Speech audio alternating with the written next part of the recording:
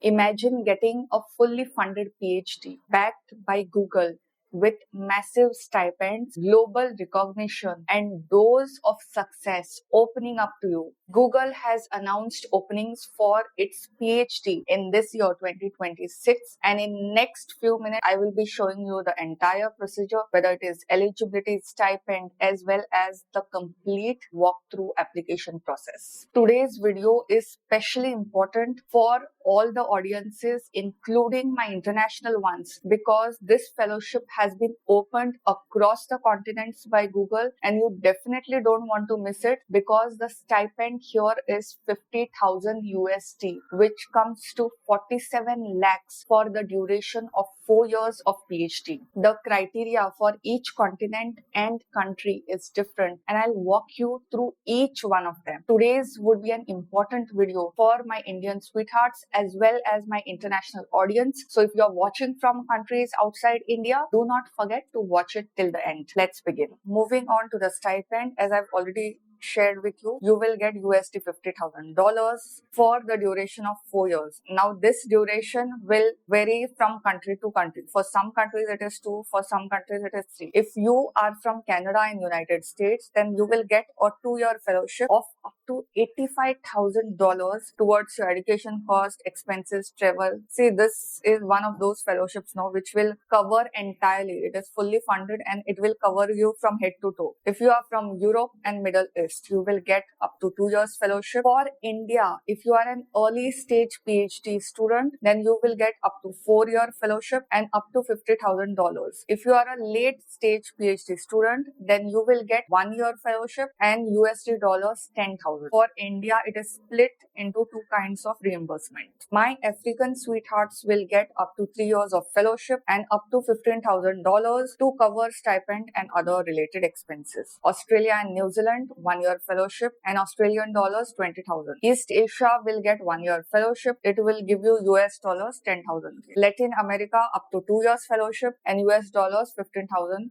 per year. For 2 years, it would be 30,000. Southeast Asian scholars will get up to 3 years fellowship and up to $10,000 per year for up to 3 years. Okay, so total would be 30,000 USD dollars. That said, it is one of the most highly funded scholarship that you can ever imagine as far as your PhD is concerned. Now, regarding the subjects, for Google, it covers certain amount of subjects, which are computer architecture, algorithms and optimization, health research, human-computer interaction, machine learning and ML foundations, machine perception, natural language processing, privacy, safety and security, quantum computing, software engineering and programming languages, systems, networking and cloud computing. These are the subjects it covers. It is understandable because Google is based on certain fields, so it probably wants to fund those fields. Now, what is the eligibility of Google PhD fellowship and what are the things that you need to keep in mind? First things first, you should be already enrolled in a university or a recognized institution in your country. This is available only for full-time students. Part-time PhD students are not eligible for this. The second thing is, if in your family there is any family member who is employed at Google, then you are not eligible for this. If you are a student who is being already supported by a comparable industry fellowship, then you are not eligible for this. The exception for this is government fellowship. If you are getting any kind of fellowship from the institute or you are getting a central government fellowship like UGC or CSR, then you are still eligible for this. But once you get enrolled for Google PhD, you will have to cut down on your previous fellowship. This is how it works. Also, if you are getting funding from any kind of non-profit organization, then also you can go ahead and apply for this particular Google PhD fellowship. Fourth and most important criteria is, if you have been awarded Google PhD fellowship, then you are not eligible for this. Call is open for research scholars from all continents as far as they are applying for this newly. Moving on to the documentation required for the application process. I will take you through each of the parts of the application, whether it is registration, I'll show you the entire form. One thing that I need to tell you about the documentation is that there are 2 separate documents, one prepared by the student and one set of documents would be prepared by the university. So technically how you get this fellowship is that the institute where you are studying nominates you. You have to give all the details to the institute. Once that happens, you will get registered. As far as your documentation is concerned, here are the things that you need to take care of. First, you need your resume or your CV with links to website and publications. So it is better if it is a PDF. Then you need to have your research proposal, maximum 3 pages, excluding references. So references could be 1 page like that. Your actual research proposal should fulfill 3 pages. So if I consider in MS Word, around 500 to 600 words comes to 1 A4 page. So around 1500 to 1750 word limit you need to follow if you need to fulfill 3-page criteria. Then next are your transcripts. Transcripts meaning mark sheets, and they should start from the first year, or if it is a semester system, which is then it should be your bachelor's degree. You need to give 2 to 3 letters of recommendation, out of which one has to be from your advisor or supervisor. How do you actually submit this?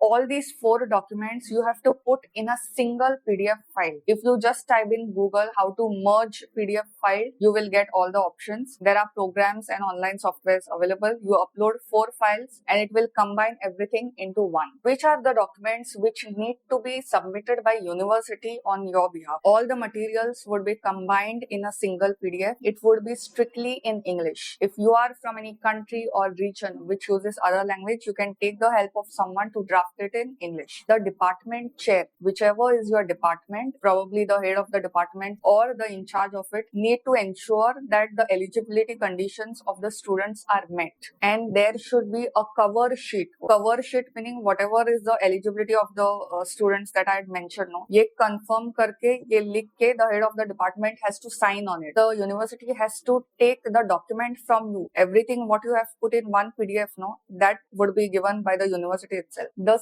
CV of your advisor or your supervisor need to be there. It should be 1 page. So 1 page would come to around 600 words. Then your research proposal, recommendation letter, research proposal, and transcript. These documentation that you have already submitted, apart from cover sheet, CV of your advisor, that needs to go into a single document. And this needs to be forwarded by the university. You may ask from your institute who will be forwarding your application. Usually when it comes to PhD, in each university or institute or college, whichever is applicable to you, there is one person, usually from administrative department, which are assigned the roles of fellowships and stuff like that you will have to inquire in your department also. If you contact your HOD, they will definitely guide you. As far as application process is concerned, I've already told you that application needs to be submitted by the representatives in your particular institute or university, and it will be in English. Let me show you the complete application process end to end on how to register for this Google PhD 2026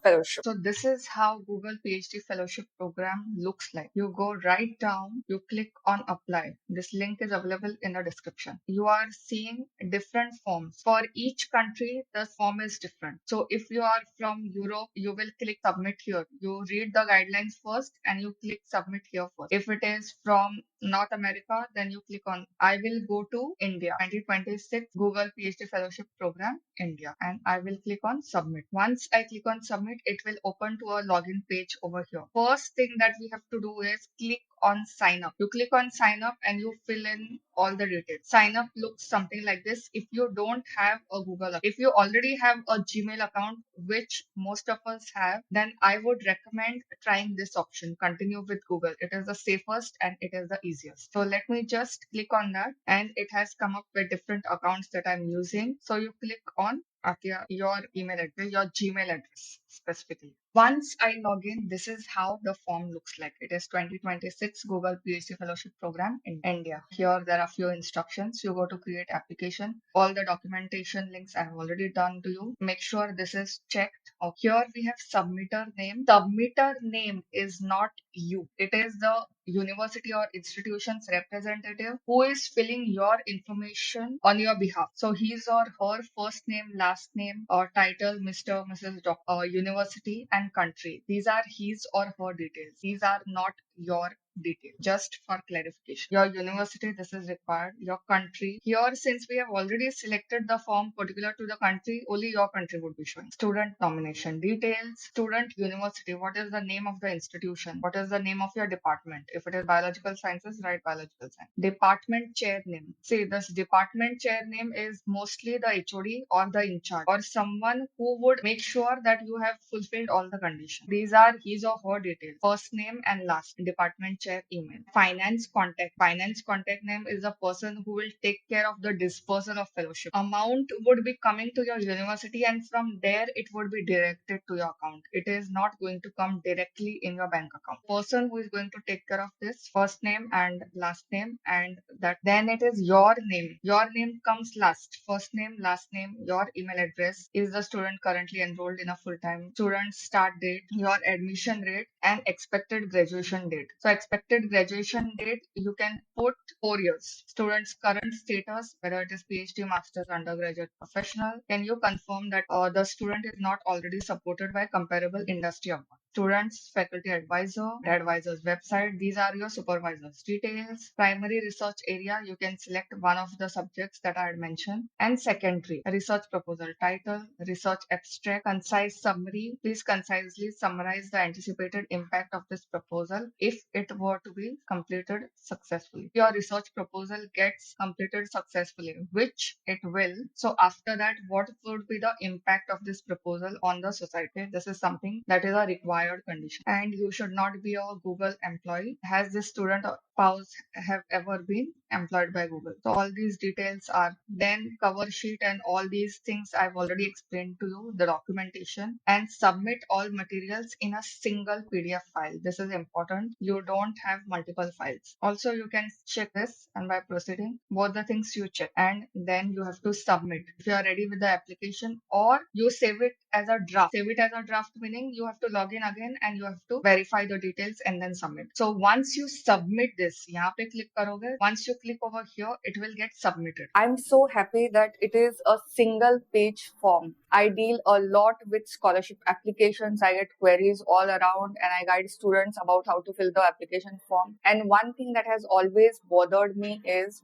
why take so much information from student when the final selection is based on other criteria. Every time whenever there is PhD applications or any kind of scholarship registrations are there will be so many pages to that form and it is such a tough task. And this is probably one thing that we need to learn from Google. It's a single page form, single page, straightforward with whatever information that is just required at the application stage. Probably this is why Google is Google. As far as the selection criteria is concerned, your application would be evaluated on certain criteria. First is research proposal strength. How is the research proposal written and what are its impacts? Secondly, research impact. This is one factor that is almost always evaluated first. Third is student academic achievements, whatever transcripts or qualification certificates you have achieved. Fourth is students' leadership potential. If you have taken any kind of activities outside your core subject areas, then that is really appreciated at Google. See, this is one of those kinds of fellowships. Okay, it is an international one and it is open